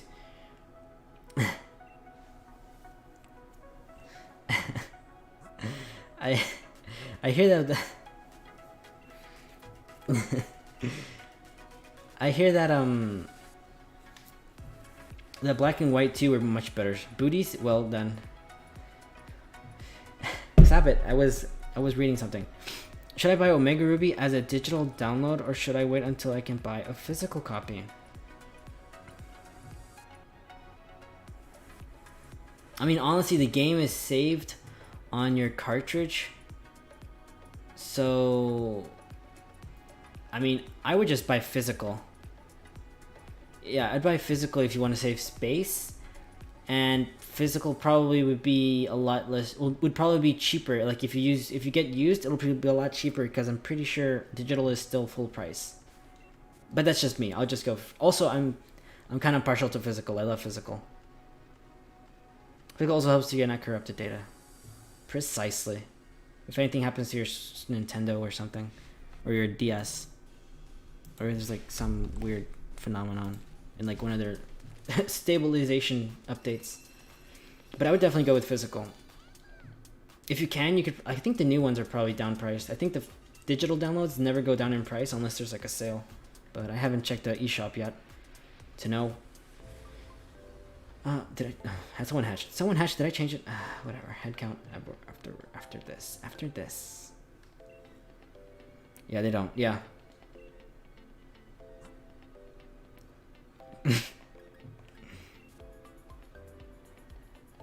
Yeah, but I love physical cartridges. I just like collecting them. I don't know. When you put them on your shelf, it's just like, you know, I have this. I own it. It's physical. Of course, if you just want to save like actual physical space on your shelf or anything, you'd probably want to get digital. But you know, for Nintendo and for like a game like that, you know, it's not that much space. For Switch, I mostly buy physical, but I have some digitals in there just because the eShop is so much more vast on the Switch. And there's like some games that you can only get on the Switch digital downloads that are pretty good actually.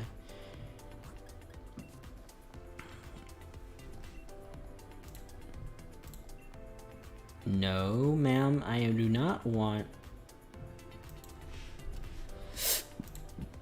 No, not yet.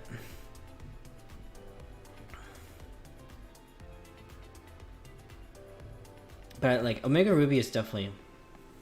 Well, actually, I'm partial to Alpha Sapphire, but Omega Ruby is so good. It's so damn hot, summer Sunday, and leftover fireworks in the air. Yeah. Just be glad it's not. It didn't rain, unless you have that smell from the asphalt after a hot summer day, and the rain just pushes it up. Ugh, that's disgusting. I hate that. I hate that smell. It rained here, so no fireworks. Everything is moist. Moist. What a funny word. Give me the Eevee. Give me the Eevee and no one gets hurt. Except for me, because it's not shiny. Actually, are there feathers now? I'm pretty sure. Oh, just kidding. We're not getting the feathers today. No feathers from me.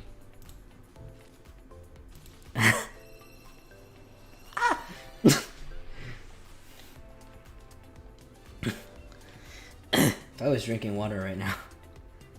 Oh, there's a feather. Hey, come on, feather. Genius feather. J for genius.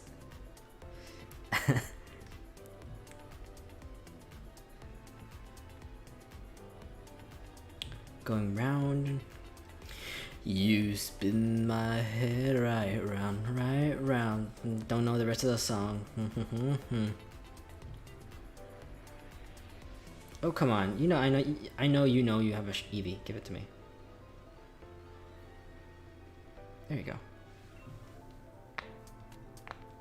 But, oh, another thing I really like, and this isn't really a Gen 8 thing, but having two Poke Daycare, or 2 daycares in the region is awesome. You can have one for your shiny breeding and then one for your competitive breeding, if you're like that. If you're both competitive and shiny. Or for content creators too. Of course, one is better than the other one, but in this generation, it's kind of the same. You just do circles. I still feel like this one's a little bit better. The circles are a bit more manageable than in the wild area. Unless you rubber band it, but with Joy-Con drift, I don't recommend that. Unless you have like a Switch Pro controller. Yeah, not recommending that.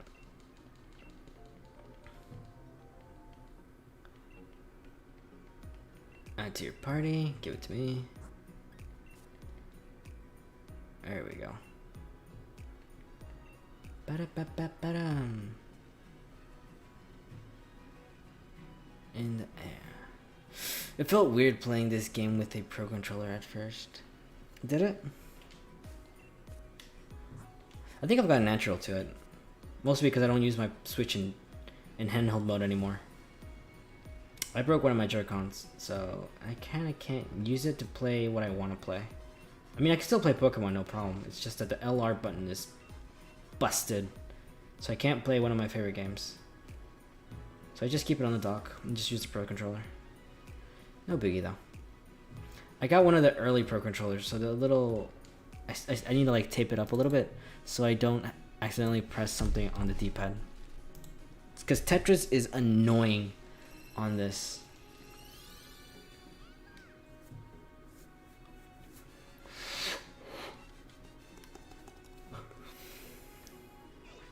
Ah, there we go.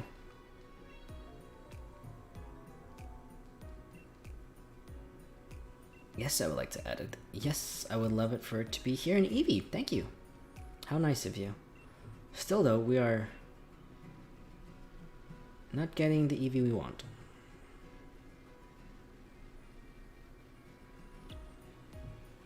So 60, 90? Have we had 90 eggs before?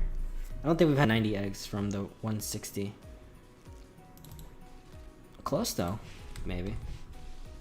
Pretty close. I mean, I could say, yeah. The 243, that's kind of like, you know, 80? 83 eggs? Not quite 90, but, you know, give or take. Ah! Also commentating and actually playing the game and reading chat takes a little bit of time. I think we're doing pretty well on egg hatching.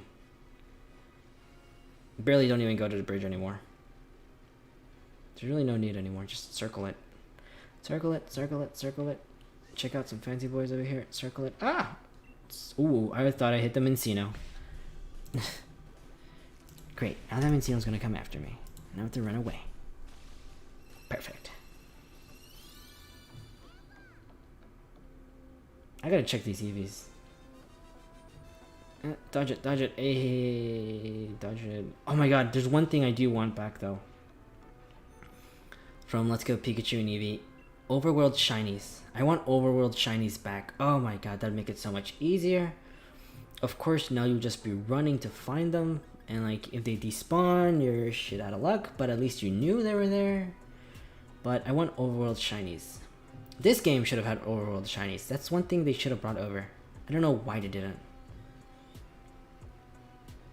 Also, was it what's the name of the forest in the first game, in the first generation? That thing lagged a lot. Kind of like the wild area when you go into the Wi-Fi, but the other one didn't have Wi-Fi, so while you played. But yeah, it lagged.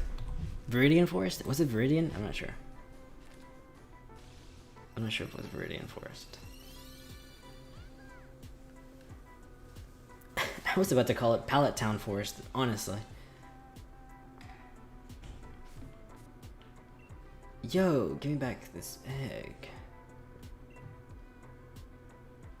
Add to your party. I'm actually surprised Neva's in here.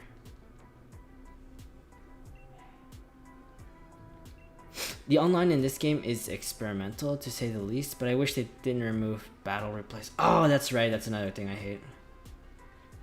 I only hate that they removed battle replays because of Fan Fridays. I kind of wanted to show off Fan Fridays. And since battle replays were kind of tied with the TCG, not the TCG, good god. The Pokemon Link, since the Pokemon Link got destroyed, we didn't get that back, and they didn't put it back in Home, because technically Home isn't connected to Sword and Shield. You can they're not connected, but they can communicate. That's what I want to try to say. So, you know, just rip. The Wi-Fi is iffy, honestly. I haven't had too many disconnects. I'm also running on LAN, so that could also be a benefit. But having battle replays just make it so much better. Or just like, I don't know. If the Switch had some sort of capture capabilities, other than the ones we already have, for like, I don't know, for however long seconds they are, that'd be great. And I have to get rid of an egg again. Rip. Yeah, but like the battle replays, there's honestly no reason why you couldn't have those back. Like, just make them in-game. Like, if you put that in-game, I feel like a lot of competitive battlers and competitive people would be like, you know what, this game isn't really that bad. The game is super laggy when connected to the internet in the wild area and the Isle of Armor. Yeah, I don't know. They never figured that part out. But it's super laggy. I don't like it. That's why, like, mostly, no. Probably will be fixed in the next gen games. Hopefully. We can only hope. I mean, they had something like that in Let's Go Pikachu, but you weren't online. It's not really laggy offline, but it is online. So hopefully in the next games they come out, they fix that. The stamps on the Wacom are super broken. Yeah. Like resetting the whole, oh great. Resetting the whole internet thing, or resetting your whole game just helps out with that. And that shouldn't be like an option. Also, please just remove raid stamps that get full just to save the time when trying to find ones that are actually open.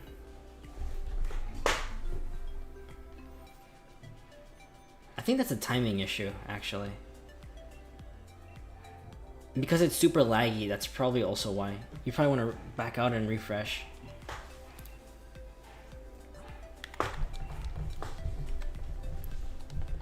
But yeah, I don't think there's really too much we can do about that.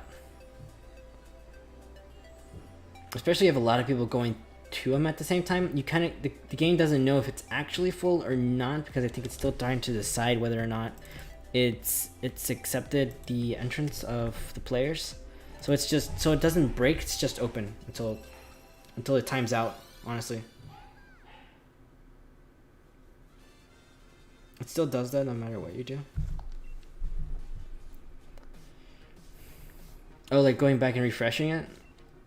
Yeah, so like the hold an egg. Wait, no, yes. Actually, no, yeah. I think you probably have to jump out of Wacom and go back into it.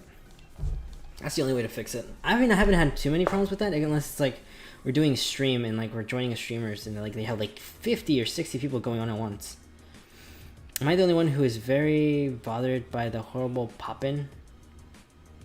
Oh, the when trainers come in, and actually, you know what? I thought that when they said you could play with players on the wild area, I thought it was gonna be live, not like a stand-in, like you said, like a pop-in. If it's not like that, I really don't want you in the game, honestly. Just to give me items for cooking. I don't even cook, honestly. So it's annoying, yeah. And like when you start pressing into a den and they stand like right in front of you and you have to talk with them, like, come on. Oh, the Pokemon pop in. Oh, like the spawnings. Yeah, you can't. Well, that's gonna have to happen. Well, they have to spawn in the Pokemon in the overworld. I think you can't really get any. You can't really get past that because you are rendering basically, since it's not like a PC and you render everything at the same time or fastly. You have to like render it piece by piece as you progress through the game, or the game area or space, or the game space. You know, there's really no way to get past that except just memorizing where they're gonna spawn and just like try to binge on the edges. Because usually in game design, what you do is like you keep the edges safe and clear because you know it's gonna glitch out. So you just keep them inside a certain area. So edges are probably your safest bet. I also wish they had the codes to join your friends' camps. It's such a struggle to get that to work. I think something hatched and I didn't know. Did something hatch and I didn't know? I think I changed it. I don't know. I'm just enjoying talking too much, I think. The only way to make Charizard class dishes is if a second person joins in with their ingredient. Okay, so this is like Poffins back in Gen 4. If you really want to make really good Poffins, you need like more people to join in. Okay. I guess they really want more connectivity and interaction between players. But you know, I'm more of a solo one at first. It's gotten easier now.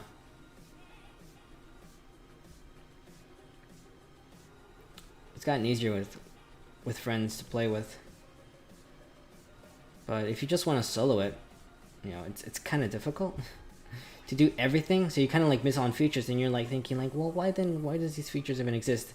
But because Pokemon is trying to make everything more like connected and, you know, social, you're gonna basically be forced to play with people. Like, I thought there has to be some pop-in, but the pop-in is horrendous. The people in Pokemon just appear and disappear when you take 3 steps. At least try to reduce the amount of pop-ins. Yeah.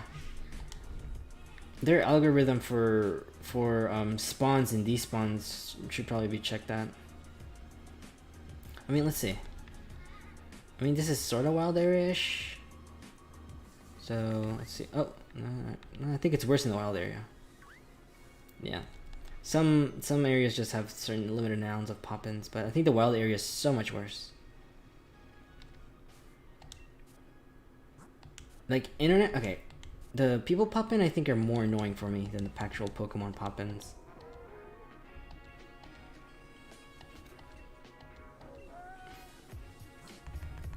Trying to reduce the pop-ins, I don't know. I guess we'll be trying to like to reduce the number of spawns you get in an area. But I think it might just be up to like hardware capabilities, because I feel like they haven't optimized this. Like I don't believe they've optimized the games well enough to where they have to, or to where they, you know, they can run everything efficiently. So they're probably gonna have to take hits somewhere. You know, have like redirect power to and resources for other features rather than the pop-ins. I guess they just want us to get accustomed to it. Which is, you know, I guess fine, but, you know, try to fix it for the next games, please. And I feel like we give Pokemon way too much, like, leash. Because, it, like, everything is like, well, it's Pokemon. And I'm like, but you know Pokemon is so great. Why can't it be, like, you know, as great as we want it to be? It's, like, #1 grossing franchise in the world, like, in general. Not, like, just, like, in Pokemon or video games. Like, in general. So such a high company, even though like most of the funds comes from different places and are not funded back into the same places or like same developments and same divisions, the video games are kind of like the first thing that came out, right? So like, why don't you just put more efforts in there? And like, honestly, Pokemon, with the amount of money it makes every year, should honestly have like one of the best games here. And like, there's like no reason not to, because I know they outsource a lot, so you just keep outsourcing if you need to. They make like really good games, like really good games. I honestly feel like they could make the next games like amazing if they just wanted, if they actually wanted to. But that's also comes down to like game design. They should have delayed Sword and Shield if they needed more time. Honestly, yeah, I would have been fine with that. I would have been totally fine with that. I mean, I felt like Ultra Sun and Ultra Moon didn't have enough time to develop either. Especially because of hacking. Hacking competitively, hacking is always a problem. It's always annoying. Things always are discovered too quickly, and then like they burn through the game really quickly, and so you're left with nothing basically at the end. You've basically taken that maybe 2-year time window or 2-year lifespan and reduced it to like months, and so everything gets found out, everything gets figured out, and everything just gets, you know, poofed. But non-competitively speaking, there was still a lot of things to do in Ultra Sun and Ultra Moon. Shiny hunting. They found a lot of glitches like that. They have the battle tree, but everything did get reduced like really quickly. I feel like they're also, the problem is that they make catching easier, but also because access to the internet and resources just makes everything more viable and accessible, that you don't really have to adventure. All you have to do is like follow a strategy guide. Sun and Moon seemed like fine, but but as we've went over, they mostly had yeah, definitely. The Battle Tower in Sword and Shield is boring. I haven't even played the Battle Tower, honestly, in Sword and Shield. I've just been going to ranks. feel like there's no need for the battle tower now. That's just me though. There's honestly no need for the battle tower unless you want BP. Unless you want BP, like really quick BP, yeah, probably. Let's see. At least increase the number of BP. Yes, please. That's what they need to do. Yeah, Game Freak. No, sorry. But they need to increase the VP you get progressively. That would make it so much valuable. I mean, of course, it comes into resource management. This is where like game development comes in. You have to like have good resource management. If like you make something too easy, it becomes worthless, and people don't really, take pride in doing it. But then again, if you don't do it enough, it becomes uninteresting and uninviting and not really fun. And honestly, if you're playing a game, you want it to be fun, and then you just don't give it up. You just give up and don't really go into the features as much as you want to. So there's a good balance you need to create between this. But honestly, just regressing higher and higher would just make it that much more engaging and that much more frustrating when you lose and you try it the next time again. Like 2 BP per battle is too grindy, but thankfully the items cost way less. The nature candies though. Yeah, the nature candies are pain. Oh wait, I changed this without even hatching it. The only elite trainer in the battle tower is Leon, yeah.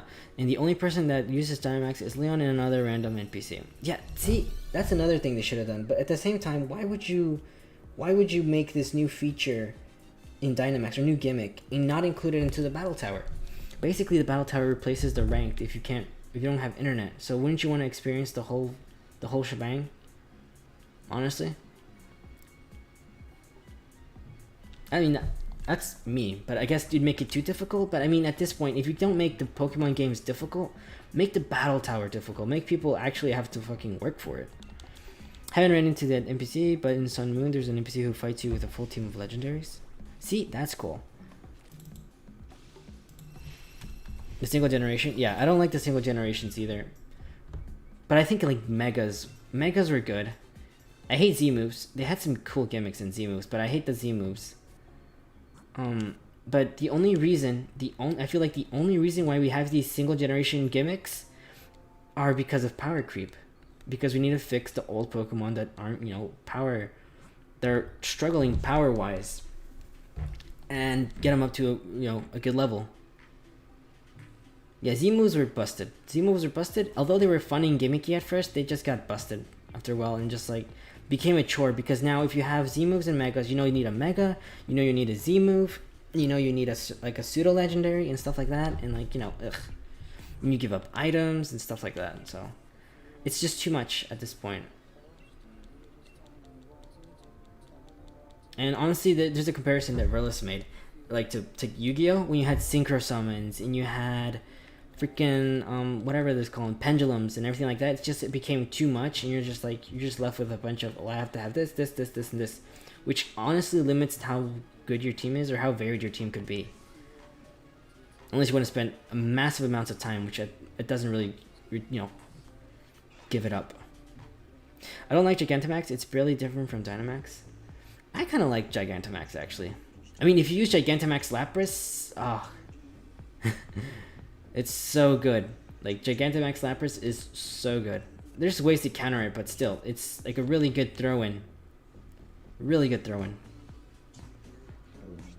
Oh.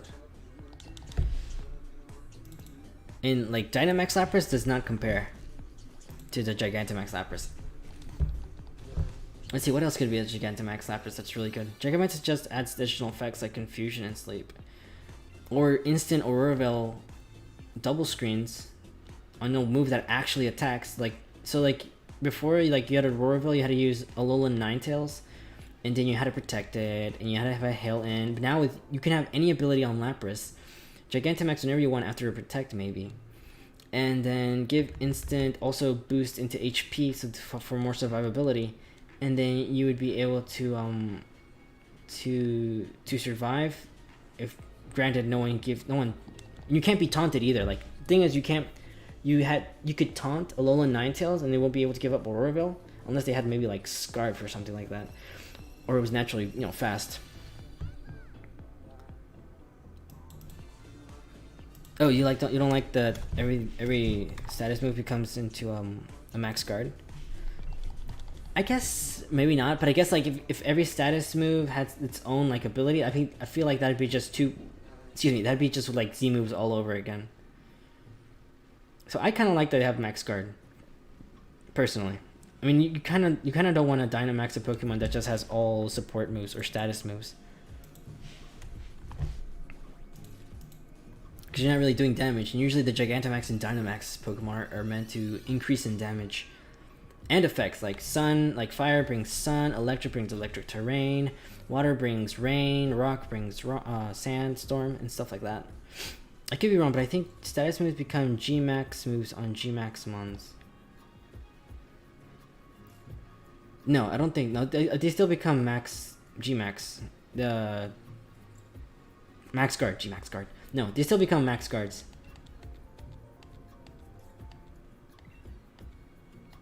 Yeah, everything becomes Max Guard, which is fine actually. Like if someone maxes on you, and you have a status move, and the status move is there to like protect you from their one turn.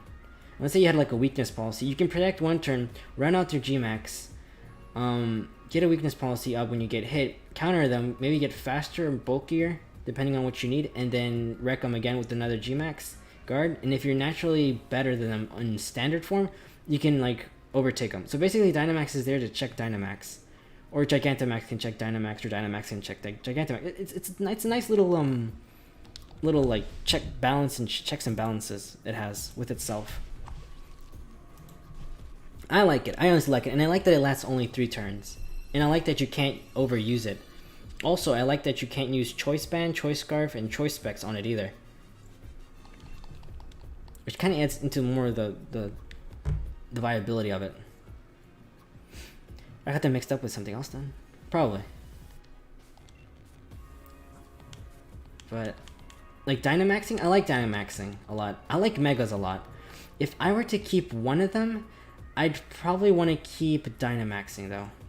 What would the gimmick for Gen 9 be? Maybe Tiny Pokemon or something? Something else? Yeah, give me like mini mushroom, like mini Mario.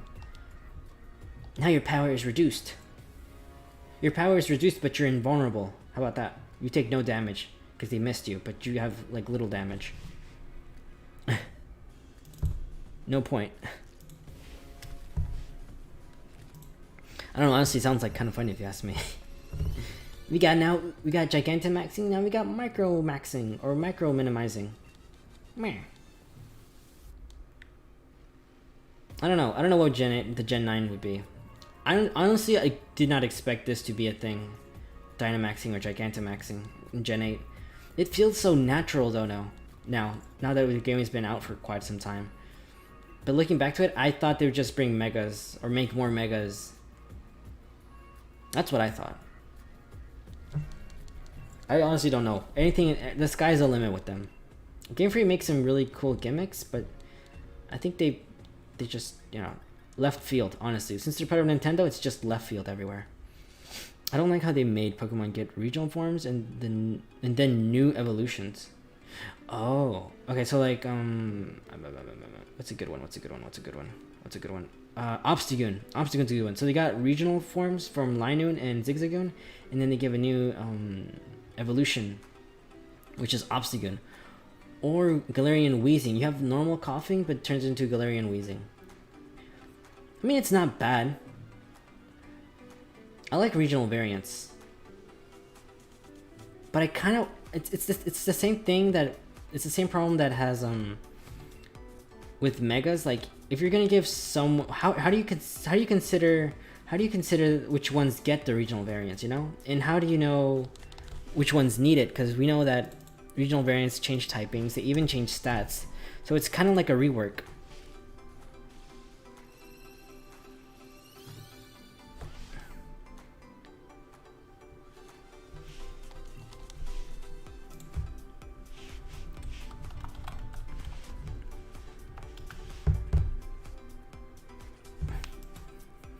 And so I like them for the the concept for them are pretty good.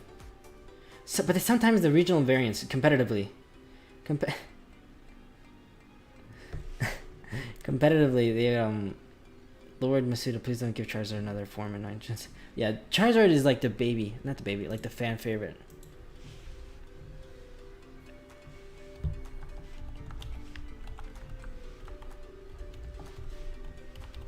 Yeah, but they're like Charizard's like the fan favorite besides Pikachu, but Charizard gets so much love, and you see it very apparent. Even though they fixed it in the Olive Armor, Charizard was the only one that got a Gigantamax from the starters. That was dumb. I didn't like that. I mean, honestly, the Gigantamax looked really cool, but I didn't like it. Yeah, not another Charizard form, please. Charizard has basically replaced Pikachu as the mascot. Yeah, well, competitively, or at least in the games. You know, you always recognize Pikachu, but like, as it gets for love, Eevee is also considered a mascot. Yeah, Eevee is also considered a mascot. But like, Charizard gets the most, I don't know, attention and love in the games, I feel. I mean, Pikachu had Pikachu, but that didn't really do anything. That was more like fan service. I mean, guess Charizard also is fan service, but you know, it gets really good fan service. It got 2 megas, excuse you. Mewtwo was the only one who got 2 megas. It got 2 megas. Good lord. Oh, don't forget Meowth. Oh, Meowth is also really good. Yeah, Japan does love their cats. Asia in its entirety likes cats, honestly.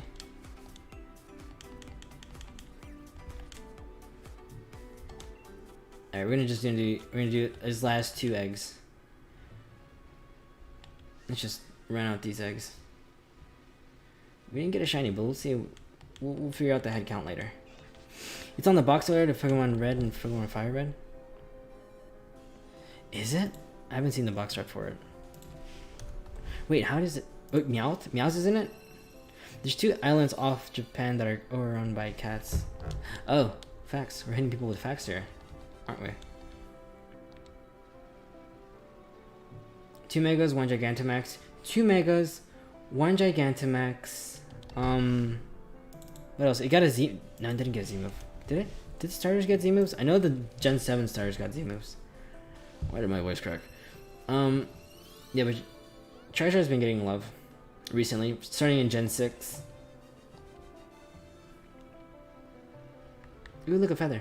Oh, and look, another feather. The genius feather. Come on. One more feather. Oh, the bike is broken. It's on the box art of a ton of side games. Oh, Meowth is? Oh yeah, probably. Probably because of the talking Meowth in the anime. Like, that's the only Pokemon that actually talks. So I guess they probably want to. I guess it's probably popular with the kids. So you know, it's always on merch. I haven't noticed it. I've always seen Pikachu. Like, for Meowth, I haven't seen too much.